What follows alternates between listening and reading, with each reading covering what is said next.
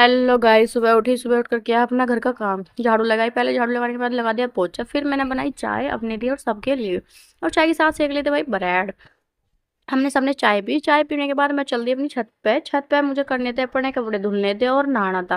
पहले कपड़े धुले, कपड़े धुल के सुखाए, फिर नहा धो के मैं नीचे आ गई थी। नीचे आके खाना बनाया। खाने में बनाया पनीर और चावल रोटी। पहले पनीर में तड़का लगाया, तब पनीर की सब्जी बन के तैयार हुई। फिर मैंने चावल उबाल दिए, चावल उबल के तैयार हो गए थे। फिर बनाने लगी रोटी। रोटी चावल बन के तैयार थी। फिर मुझे नीचे आ गया अपना थोड़ी सी स्किन केयर की।